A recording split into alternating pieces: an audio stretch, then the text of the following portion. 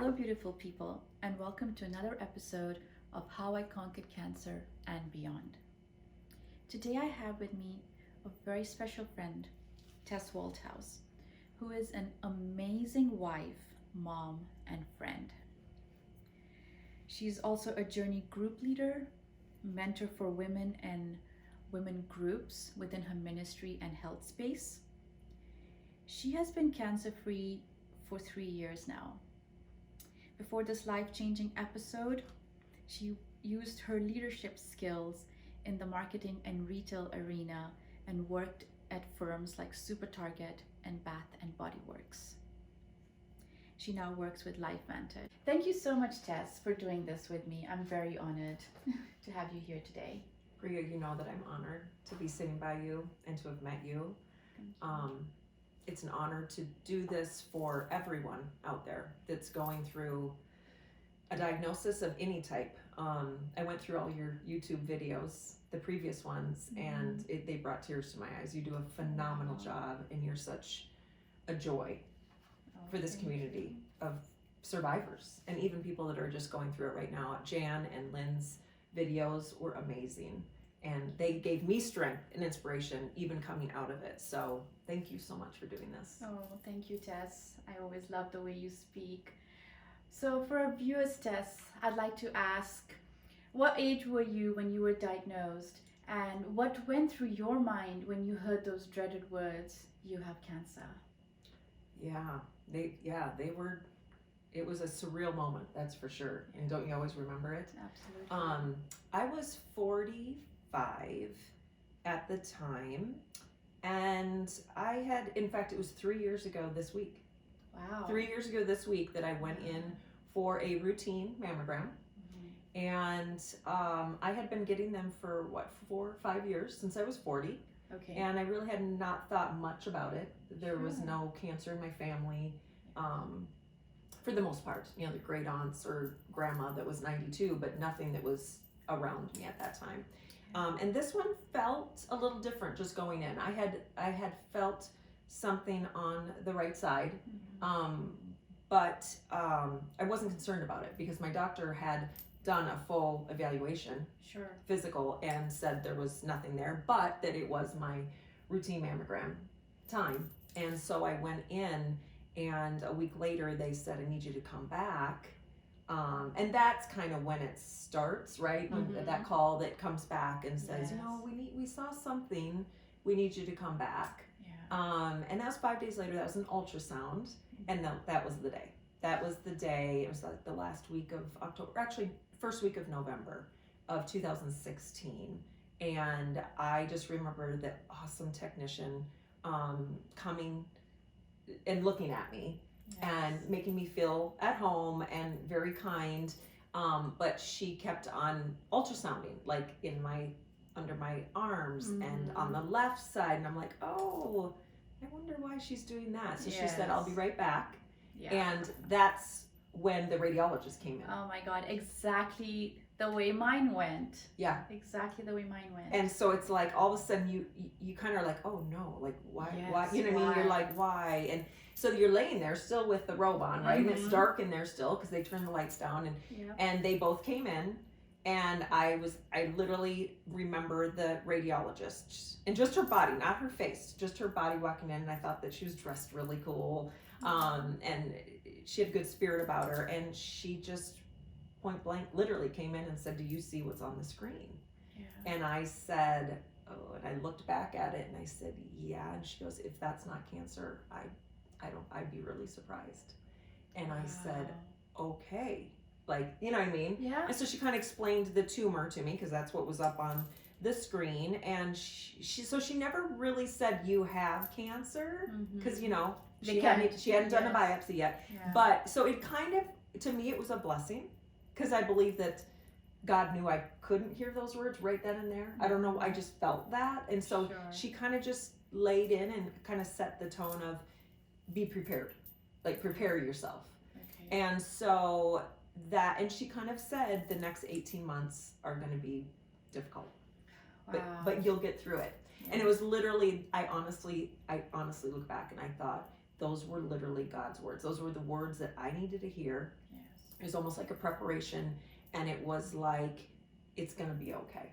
Because I had tears in my eyes. Of course. And the first thing I thought of was my husband and my kids. Yes. And she said, you have kids, don't you? And I said, yes. And they're at home, and they're only, at that time, they're only 9 and 12. Wow. And so you just think, oh, I don't want to tell them this. Yes. You know what I mean? I don't want, who wants to give their kids really bad news? Absolutely. So yeah, that was the day, and that was the feeling. And my husband happened to be there, but he was out on a phone call for work. So he wasn't there. He wasn't there for that exact time. So he came in, and then we had to tell him, and that was hard. It's just his face of confusion. Like he had no, I mean, we really didn't think. Yeah, you didn't go. You were We not thought there maybe expecting. no. Yeah. And so so that was, and so we both got in the car.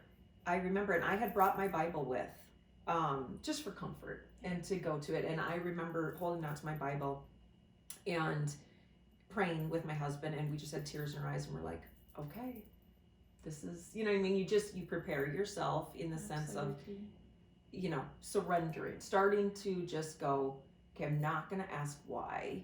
Yes. I'm just going to get busy and get this. And trust. That. Do you know what I mean? Like get busy in trusting, not get busy, but get exactly. Absolutely. And that surrender piece, I knew from the get-go I had to make a choice.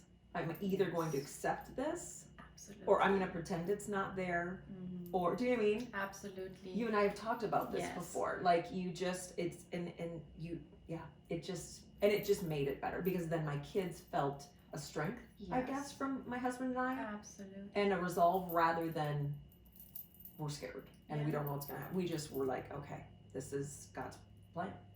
He didn't make this happen. This cancer happens because of a fallen world. Yes. There is sickness and death and sin. This is not because of God, but he allows these things to happen. And I truly believe it's to cling to him more, to get closer to him. Yeah, and just hearing you say that, Tess, I feel for me as well, accepting it made the journey easier rather than fighting it.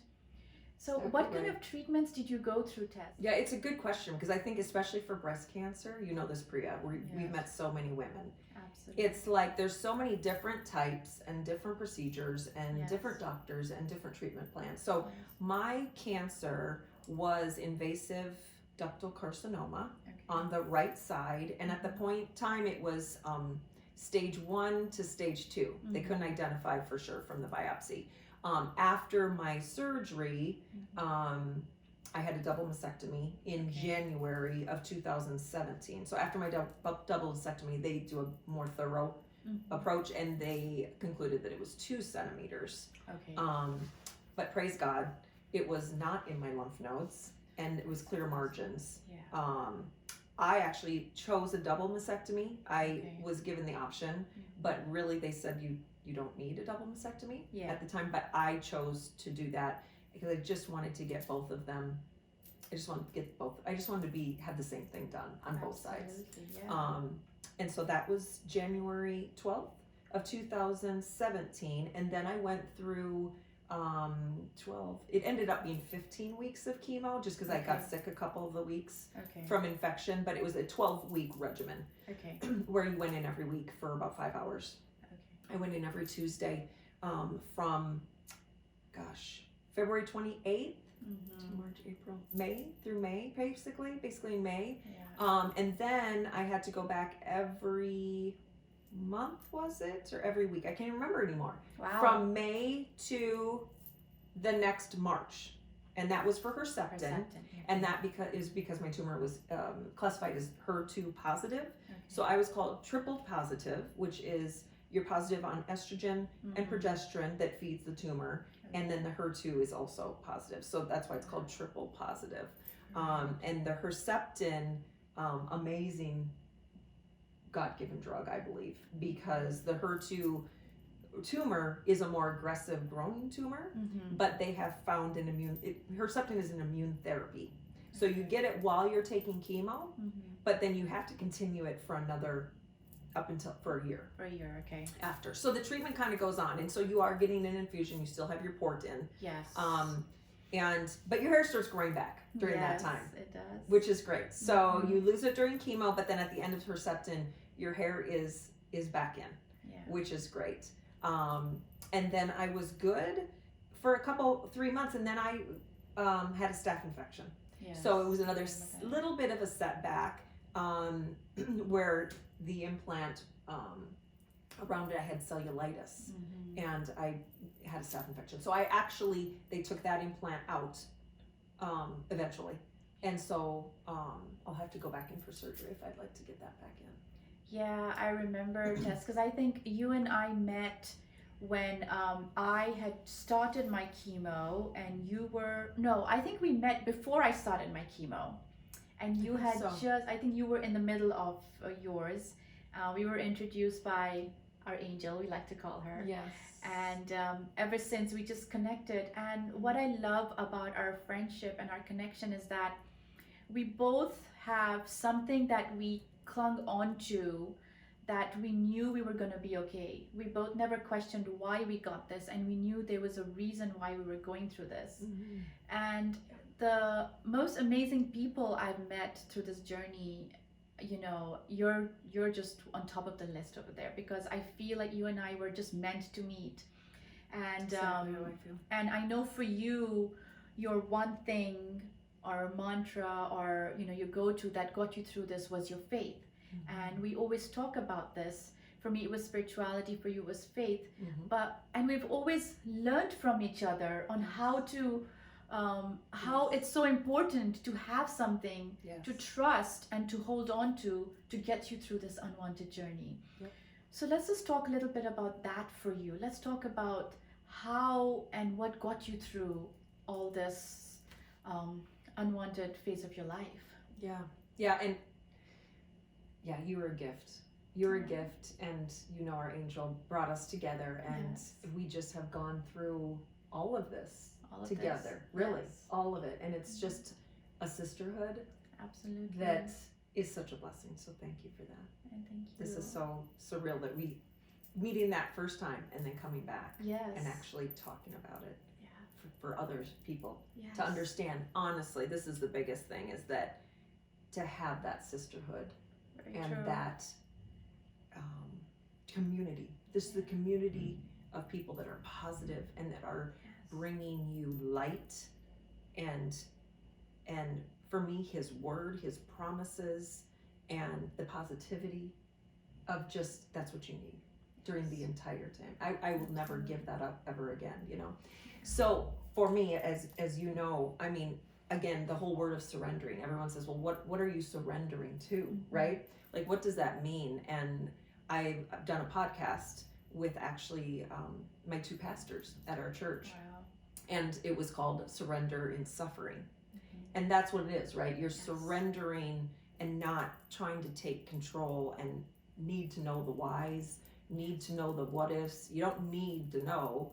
You just need to live in the present moment and literally surrender yourself to him. And obviously my faith is based on Jesus Christ, that God sent his son to show us he lived a life to show us that we will have eternal life if we believe in him. And when you get that close to a disease that could take your life, it's scary. I mean, there's no doubt about it, right? Absolutely. It is, in my life, I have not lost a parent, I've not lost a sister or brother, I've not lost where so many people have, right?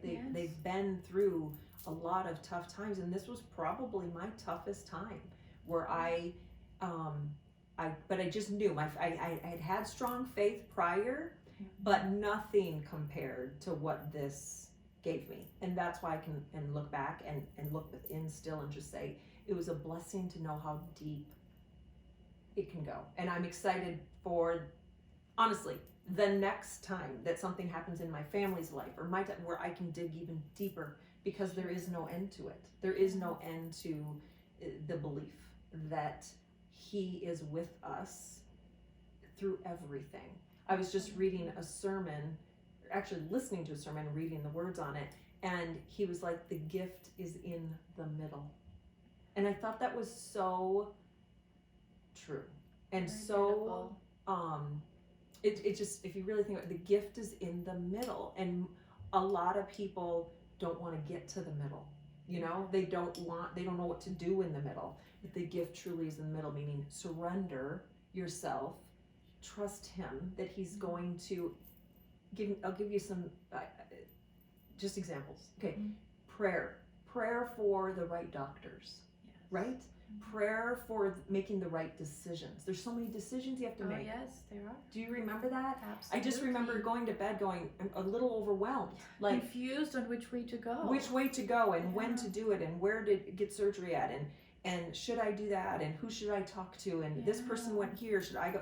So it's just a lot of prayer and surrender in that he will give you the answers. Yes.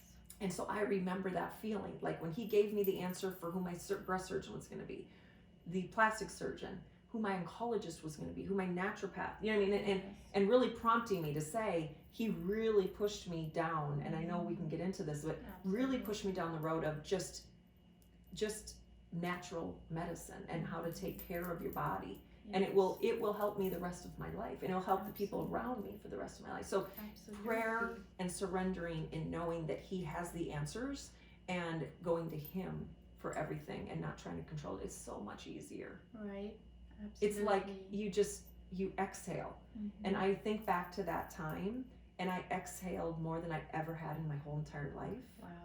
My whole entire life, which you wouldn't think, right? You'd think you'd be holding on like this and white knuckling through it, and I exhaled the entire time. And you say, what was your mantra? Yes. Yeah, it's my faith.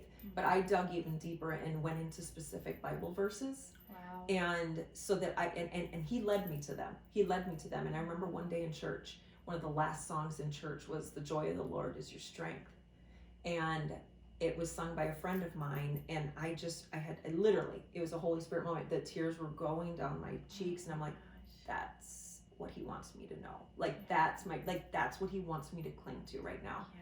And that's Nehemiah 8:10. And it just says, the joy of the Lord is your strength, meaning it was during a time, and I won't get into what the Bible story is, but it's a time of suffering where people didn't think they could have joy. Yeah. They didn't think they should be having joy. They didn't think they could live joy. And yes, there is joy in everything. You have, just like the gift in the middle, you have to find the joy, right? In the little things. You could have all of your hair gone, you could be sick, you could be missing out, but there is joy in that day. And it's our job to surround ourselves with people that will say, find it, or they give it to you. There's so many gifts, right? There were so many gifts and so many phone calls and so many lovely words by people. I had made a Facebook account, a blog, basically. And I call it Arms Wide Open. And it was just my journal. It was just my journal, just saying what I was going through and what Bible verses were coming to me and what got me through those days. So the joy of the Lord is my strength is kind of that. And the other story that I clung to was the story of Jesus walking on water. And I don't know if a lot of our viewers have read this, but I think it's in Matthew 14 where Peter was getting out of the boat, and Jesus, he knew something was out there, and Jesus like, it's me, and they're stranded, and it was a storm. And that's what cancer diagnosis is, right? Yeah. It is literally a storm that you are in the middle of, and you just get through it, right? And so Peter gets out of the boat and is scared, and he just wants to, go down in the boat, and he doesn't want to deal with the storm. Well, Jesus says, come to me. He's like, I come to you. I don't know where you are. I don't see you. Like, I can't walk on water. And so Jesus walks on water and grabs him. Wow. And says, I'm here for you. I'm with you. And so that was the feeling, right? Those were the feelings of all those times, like going in for a 5-hour surgery and going, what? And just, nope, I'm there too. Yeah. I'm there the minute you go under. I'm there the minute you are in surgery. I'm there the moment you wake up. So that feeling and that comfort of that is what I clung to during the entire time. That is just amazing. Again, I love your story because, it could be anything that you are trusting. And that is the one thing that's getting you through this tough time. Absolutely. And I feel there's always a lesson to be learned in situations like this, That was just amazing, Tess. So, another thing I really like to talk about with with all us women who've been through this is when we're going through our treatments and we're going through the chemo and the Herceptin, you're with your doctors, oncologists are seeing you, you've got all this support, and then all of a sudden all this is done and the doctors are like, okay, this is your last day, we'll see you in 6 months. Let's talk a little bit about that. Like, what did you feel at that moment when it's all over and you're not going to be going into your chemo party anymore and your Herceptins anymore, and now you're left to go figure out life, because life's not going to be normal ever again. It's a new life that you have to figure out for yourself. And I believe, and we've talked about this, is when we're going through this whole treatment, we lose our hair. It feels like we're going back to our roots. We're going bald again and everything's coming out new. So now we've got to figure out this new life for us. So how are you dealing with that? Like, what are you doing now that you weren't doing before this whole cancer treatment? You said that so beautifully, because that is exactly what it is. You're letting go of really who you were. If you really sit in that for a while, especially losing your hair, right? Yes. I remember my oncologist saying, "Why are you holding on so tight to your hair? Like, why are you know what I mean?" Because I don't know. Like, and so it was really a metaphor of like letting go. Like, what are you holding on to? Like, the hair it's flesh. Yeah, it's gonna come back. The body is flesh. Like, it's not going with us. It's not our soul. It's not our soul. Yeah. So I had to let go of a lot of that flesh piece. Not only double mastectomy, right? But the hair and just your skin changes and you get some weird, I mean, your eyelashes go on your eyebrows. So letting go, and I think the biggest thing is just when they say to you, you're done. I just remember my oncologist saying, you're now on a new journey. Like, you're still healing. And I remember that word healing. And as I left, because that's what I thought about, is I'm not done. Yeah. And I think that's my perspective on it. Is that I just decided I wasn't done. And that it was going to be a lifelong process of healing and growing. And so when I left physically there, what did I do? I got in my car, had that same feeling, but then I started thinking to myself, okay, how do I heal? Okay, so whether it's signing up for Pilates, taking walks around nature, getting out and just seeing what God has made out there and being in wonder. I now go to an acupuncturist. And I will tell you, those 2 appointments, the naturopath and the acupuncturist, and of course you have the oncology appointment still, those helped me a lot. Because somebody was still looking at my body. They were still looking at my blood tests. They were still listening to me about the symptoms. Because of course you have so many symptoms. Because I'm on a estrogen blocker now for the next 10 years. And I mean, that's I'm 55, right? And there are a lot of side effects on that, right? Absolutely are. But there are so many natural ways to take care of those side effects. And so I think to your question is, I just took it as I'm still healing and being kind to my body, being kind to this body that has gone through so much, more than it's ever gone through, right? In my life so far. And I just remember I'm still healing, and I'm not going to let go of that piece. I'm going to cling to the people and the doctors that will help me get through those moments. And a lot of it is mental sometimes, right? Absolutely. A lot of it is whether it's anxiety or depression, or even I've had some girlfriends that have gone through panic attacks. They can't sleep. They're, family things. There's a lot of things that come up during a cancer diagnosis and cancer treatment where maybe it wasn't what you thought it would look like, or so there's a lot of that to take care of, and spiritually digging in. So digging into the spiritual piece, digging into the mental stability piece, and then of course the physical piece of it. So I still believe that I'm on the quest of still healing, and whatever that looks like, and so and I think I'll remain on that the rest of my life. I really feel like that. And I feel like that's what life is about. Right? It is a journey. a lot of people come into our lives, and they're there for that part of the life.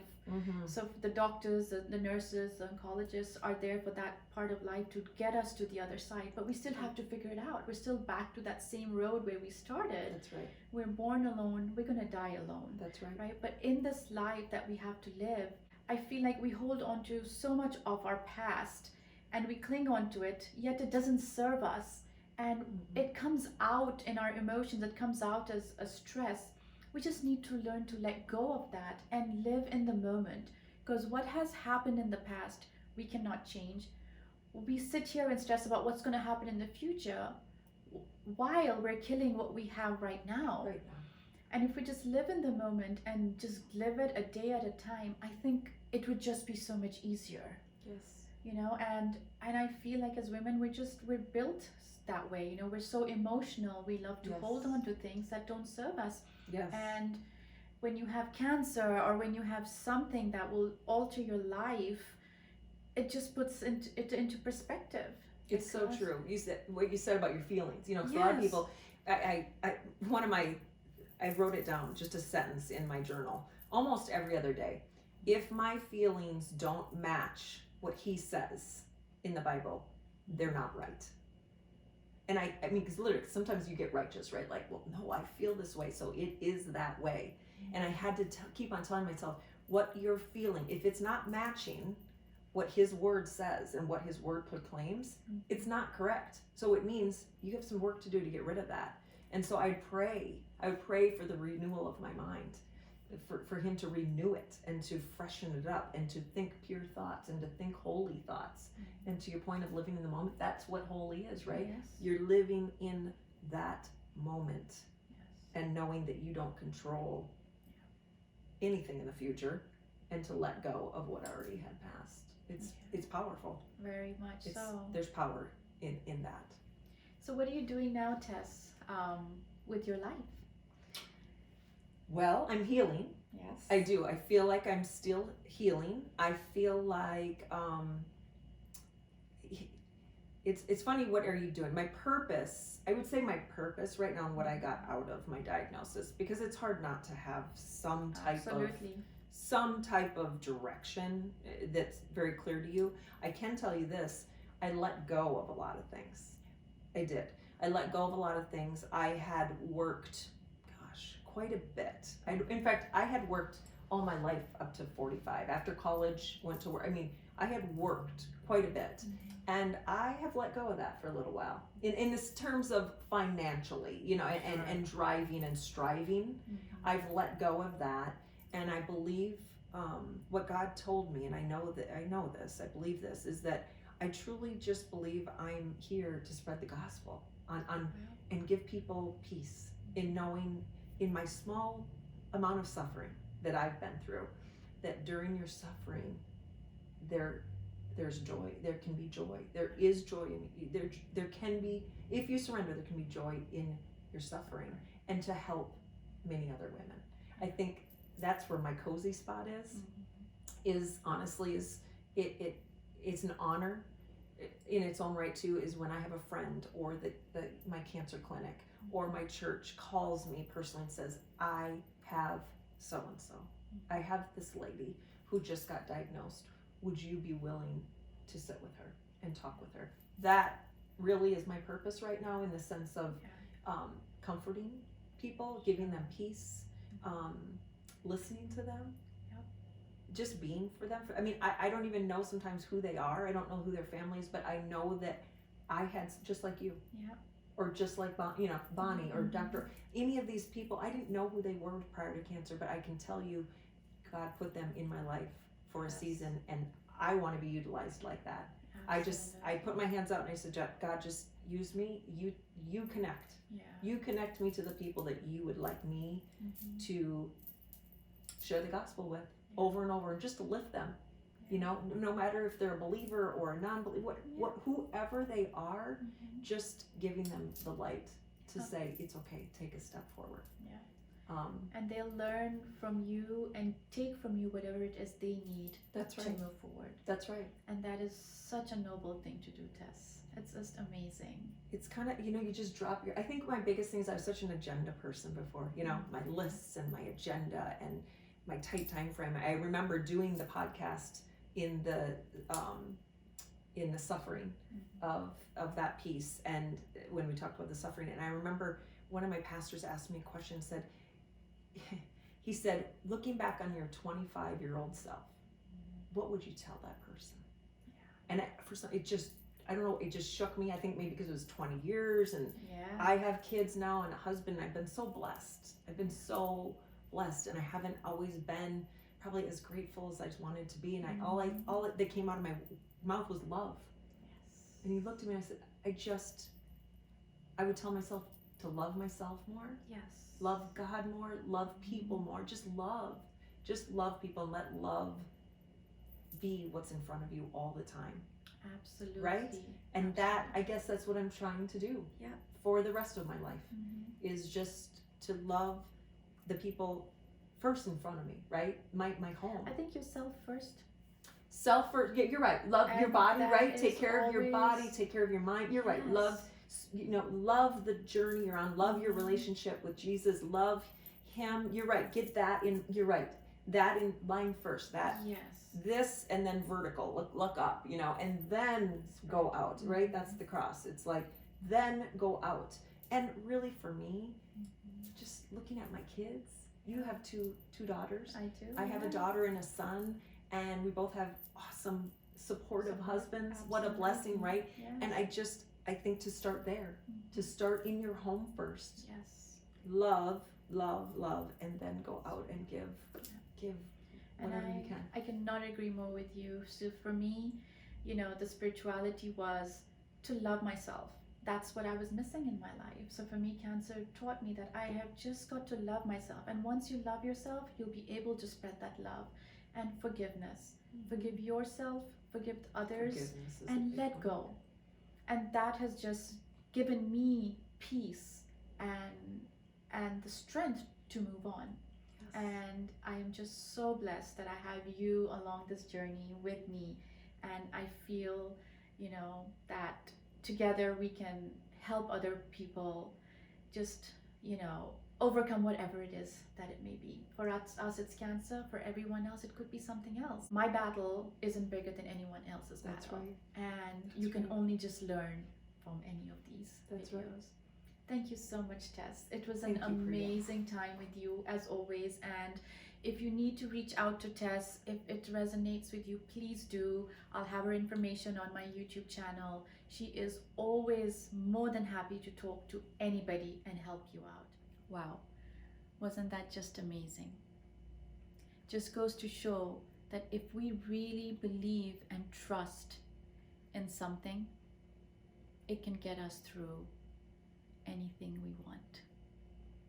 Thank you and have a beautiful day.